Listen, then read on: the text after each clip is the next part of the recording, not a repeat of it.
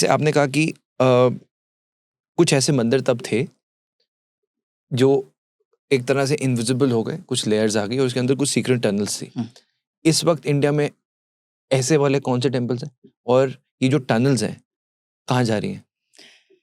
देखिए, ये तो काफ़ी डिवाइडेड थॉट है, लेकिन मेरी अपनी जो नॉलेज है 10 महाविद्याओं को लेके, माँ कामाख्या का जो शक्तिपीठ है वो एक हिडन टनल है।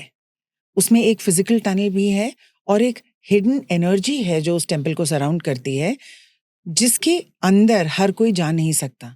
वो उसके अराउंड चक्कर काट के आ जाते हैं तो उस शक्ति को छूते हैं, उनको बहुत फील होता है। लेकिन उसके अंदर जाने के लिए कोड्स हैं। वो कोड्स हैं तंत्र के कोड्स, जिसको हम कामाख्या तंत्र कहते हैं। उस कोड्स एक पासवर्ड होते हैं। वो एक पासवर्ड है इस एनर्जी को पार करने के लिए। और पार करके क्या मिलेगा? लोग फिजिकल वर्ल्ड में सोचेंगे कि शायद कोई सुरंग मिलेगी। मिल सकती है, लेकिन वो सुरंग पहले आपके कॉन्शियसनेस में है। It is a heightened state of consciousness, जिसके अंदर आप जाते हैं। ऐसा भी कहा जाता है कि माँ कामाख्या के अंदर एक फिजिकल टनल भी है जो पाताल लोक को जाता है। उस पहाड़ी पर इतने रहस्य हैं कि आप सोच नहीं सकते। लोग तो सीधा जाके माँ कामाख्या के टेम्पल में चले जाते हैं। उसके नीचे से ही इतनी अनजान गुफाएं हैं, इतनी सुरंगें हैं कि बहुत कम लोगों को इसके बारे में नॉलेज है। और वो ऊपर से कवर कर देते हैं तो पता नहीं चलता आपको, कि आपको लगता है ये एक सिंपल सी पहाड़ी है जिसको हमने चढ़ना है। वो पहाड़ी नहीं है, वो एक पोर्टल है। और पोर्टल के टॉप पे माँ का टेम्पल है। लेकिन वो पूरी एरिया, वो पूरा लैंड एक पोर्टल है। अगर आपको उसका पासवर्ड पता हो तो आपकी लाइफ कभी भी सेम नहीं रह सकती। इनफैक्ट आप बर्थ एंड डेथ को एस्केप करके सीधा मोक्ष में जा सकते हो। पर उसके लिए आपको वो कोड क्रैक करना बहुत जरूरी है। और वो कोड क्या है? वो कोड एक सेट ऑफ चीजें हैं, मतलब सेट ऑफ मेडिटेशंस है, एक set of consciousness awakening tools हैं। कहाँ लॉक हो गई हमारी कॉन्शियसनेस? 3rd लेवल पे। ये सारी चीजें कहाँ एग्जिस्ट करती हैं? 144th लेवल पे। आप बिल्डिंग के 3रे माले पर हो, आपको जाना वहां है, तो आप चढ़ चढ़ के जाओगे। आप सीढ़ियां चढ़ने को अपनी एवोल्यूशन मानो। और बेसमेंट के लेवल पे क्या है, ये तुम देख ही रहे हैं आज अर्थ पे क्या है। Right. Crime, greed, anger. Right. जो आप पोर्टल्स की बात कर रहे हैं, अगर जैसे आपने कहा कि फिजिकली भी उस वक्त के बाद कोई देख सकता है वो पोर्टल्स को, वो महसूस खुद एक्सपीरियंस कर सकता है जब ये मेडिटेशंस कोई खुद में ले आए, कॉन्शियसली वो अवेयरनेस आ जाए, जैसे हमारे ऋषि भी बहुत हुए हैं। तो ये जो आप पहाड़ियों के बीच में बता रहे हैं पोर्टल्स हैं, ये रास्ता कहाँ जा रहा है? ये मल्टीपल यूनिवर्सेस में जा रहा है? और क्या कोई ऐसा एक्सपीरियंस है जो कि किसी का इन द पास्ट हुआ हो, वहाँ पर किसी जो माँ कामाख्या के मंदिर में जैसे जो पोर्टल, आई एम श्योर आपके पास्ट में कोई ना कोई जरूर ऐसा एक्सपीरियंस आई थिंक होगा, जितना मुझे ऐसा एनर्जी फील हो रही है। सो ये पोर्टल्स के बारे में बहुत सारे तांत्रिक जानते हैं, लेकिन बहुत सारे तांत्रिक प्रिटेंड करते हैं कि वो जानते हैं। और जो लोग जानते हैं ये पाताल में खुलता है ऐसा कहते हैं, but Patal is also state of consciousness. और मैं ये मानती हूँ कि ये आपके माइंड को डिफरेंट यूनिवर्सेस से एक ही टाइम पे कनेक्ट कर देता है।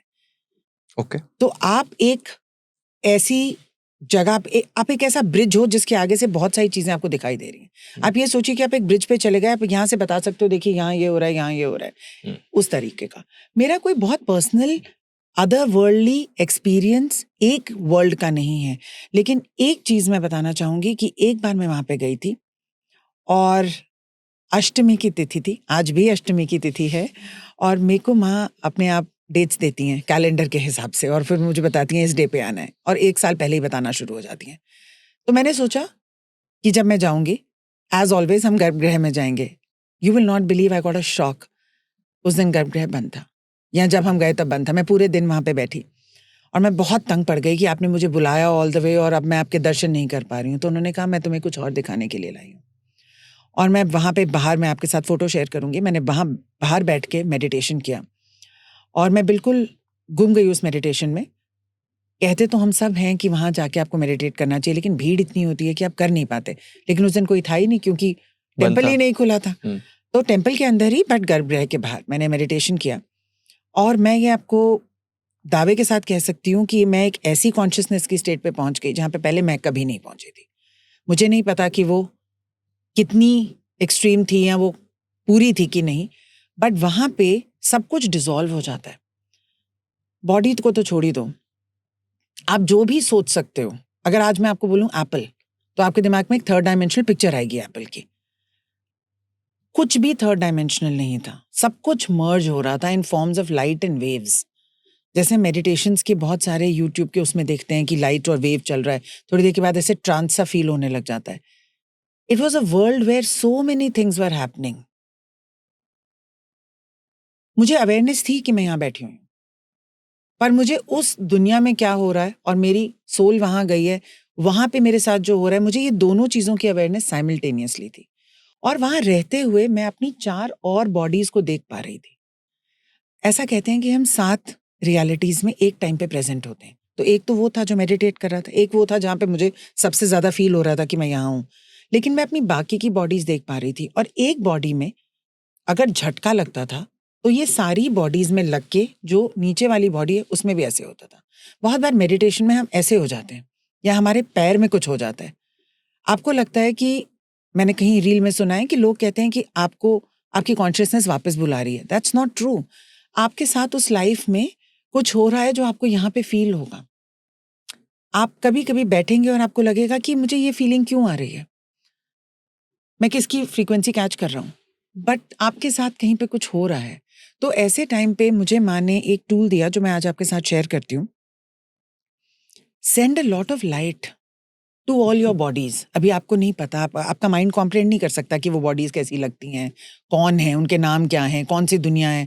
हमारा माइंड हमें इस चीज में ले जाने की कोशिश करेगा, लेकिन आपको केवल अपने जो गुरु के द्वारा दिए हुए मंत्र हैं उसको एक लाइट बॉल में बनाना है और कहना है कि जहां जहां इसकी जरूरत है for healing, for Kameng me down in that life, आप जाइए। It's a beautiful exercise.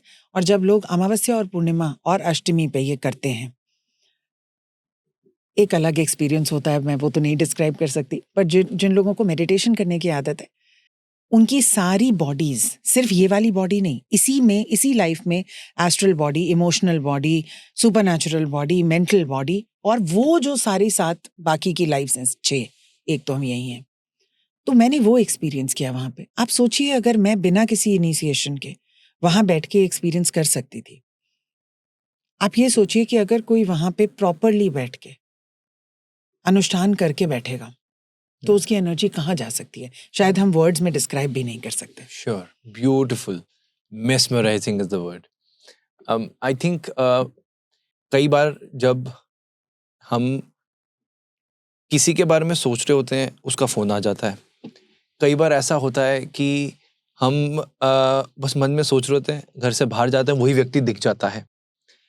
कई बार ऐसा होता है कि सब कुछ सही है फिर भी एकदम से बुरा लगने लग जाता है, इसको कई बार लोग डेजा वू भी बोलते हैं। तो मुझे जस्ट ऐसा एकदम रैंडम थॉट, मुझे ऐसा फील हुआ अभी कि हो सकता है कि किसी वर्ल्ड में कहीं पे कोई परेशान था, वो एनर्जी में भी इस वक्त मेरी बॉडी में आ गई। Can it be? 100%। बिल्कुल, बिल्कुल हो सकता है। और जितना आप अवेयर रहेंगे उतना आपको ये चीजें महसूस होंगी। लेकिन अनफॉर्चुनेटली अब हम स्पिरिचुअलिटी में पूरे दिन उपाय ही ढूंढ रहे होते हैं और हम टोटका, उपाय, रेमेडी। मटेरियलिस्टिक चीजों के साथ कनेक्टेड हैं। While money and materialistic things are very important, लेकिन एक साधक को, एक इंसान को अगर अपनी अवेयरनेस वो जितनी मर्जी बढ़ाएगा कॉन्शियसनेस की तरफ, लाइट भी तो हमें पुल कर रही है, लाइट भी तो चाहती है कि हम अवेयर हों, अवेकन हों। Right, right, right. जो आपने 7 बॉडीज की बात करी, एक बॉडी यहाँ पर है, जो बाकी 7 बॉडीज हैं, वो to make my understanding better, क्या इसको मैं ये बोल सकता हूँ कि वो एक अलग डिमेंशनल स्टेट है, या मैं इसको सोचूं कि वो किसी मे बी इस गैलेक्सी से बाहर है? How should I pretend this? कैसे मैं उसको सोच सकता हूँ? यही तो मैं आपको समझा रही हूँ कि हमारा माइंड उसको किसी चीज में बॉक्स करना चाहता है। राइट। लेकिन फिर भी ऐसा नहीं है कि वो सिर्फ हमारी काल्पनिक बॉडी है कि मैं इमेजिन कर रहा हूँ या मैं लाइट एंड फॉर्म में एग्जिस्ट करता हूँ। नहीं, एक प्रॉपर जीवन जिया जा रहा है पैरेलली किसी और यूनिवर्स में, यस। जिसके बारे में हमें नहीं पता। जिसके बारे में हमें पता है बट नहीं पता। पर हम हम अवेकेंड right. नहीं हैं। हमें पता है, we are feeling it. Okay, वहां पर भी क्या जैसे ऐसी लाइफ चल रही है यही लाइफ चल रही होगी? नहीं, वो डिफरेंट फॉर्म्स हैं, डिफरेंट चीज़ें हैं, वहाँ पे डिफरेंट लेसन्स लर्न हो रहे हैं। तो हम कहते हैं कि हम यहाँ पे कुछ लेसन्स लर्न करने आए हैं, और वो लेसन्स लर्न करेंगे तो डेथ के मतलब हम मोक्ष पा जाएंगे, है ना, cycle of birth and death हट जाएगी। तो मैंने अपने गाइड से ये भी पूछा था कि क्या ये लेसन्स हम सातों में बट गए हैं कि हम जल्दी जल्दी ख़त्म करें? नहीं, ऐसा नहीं है। हमारे ये जो लेसन्स हैं वो यहीं के हैं, लेकिन जो ओवरऑल सोल के लेसन्स हैं, हमारी आत्मा यहाँ पे फुल्ली प्रेजेंट नहीं है। ये मैं पहले भी कह चुकी हूँ, we are not this body does not have the sum total of the soul, ऐसा नहीं है। एक मास्टर सोल है, उसके 7 पार्ट्स हैं, या वो 7 पार्ट्स में अपने आप को एक्सप्रेस करता है। उस मास्टर सोल के लेवल पे ये वाली लाइफ भी इंपॉर्टेंट है, वो वाली लाइफ भी इंपॉर्टेंट है। जैसे एक इंसान के 7 बच्चे हैं, वो 7 बच्चे क्या कर रहे हैं उससे उसको फर्क पड़ेगा, और वो आके उसको शाम को रिपोर्ट करते हैं कि आज हमने ये किया, लाइक दैट। सो आप कनेक्टेड भी हैं। बहुत लोग ड्रीम्स में अपने बाकी 7 फॉर्म से भी मिलने जाते हैं। तो बहुत बार जब हम सुबह आते हैं, हमें बहुत थका हुआ लगता है। कभी कभी हमें रात को सो के सुबह फीवर हो जाता है। कभी कभी हम रात को सोते हैं और हम इतने डर जाते हैं किसी ऐसी चीज से, भूत से नहीं, किसी ऐसी चीज से जिसका डर हमें एक दिन पहले तक होता ही नहीं है। तो एक मेरा जो क्लाइंट था, जब वो सुबह उठा, उसको ऐसे लगा कि मुझे हो ही गया है कैंसर, मुझे है, और एक दिन पहले तक उसकी डिक्शनरी में भी नहीं था। और उसने अगले दिन जाके जब टेस्ट कराया तो उसकी बॉडी में स्टेज 3 था। तो वो मेरे पास आया कि मैम ऐसे कैसे हो सकता है। हमने बहुत मेडिटेशन किया, उसको लेके गए। पास्ट लाइफ में लेके क्या फ़ायदा, क्योंकि वो तो इस पास्ट लाइफ को देख ही नहीं रहा था। तब मैंने उसको ड्रीम लाइक स्टेट में रिग्रेस किया। हमने वो ब्रिज बनाया कि कहाँ से आप किसका उठा के लाए हो। तब पता चला कि उसका एक और जन्म में बस वो वहाँ डेथ बेड पे है, इन दैट कैंसर स्टेट। और मैंने उसको कहा कि आप यहाँ से अपने कॉर्ड्स को कट करो। उसने कहा नहीं, वो भी तो मैं ही हूँ, मैं मर रहा हूँ।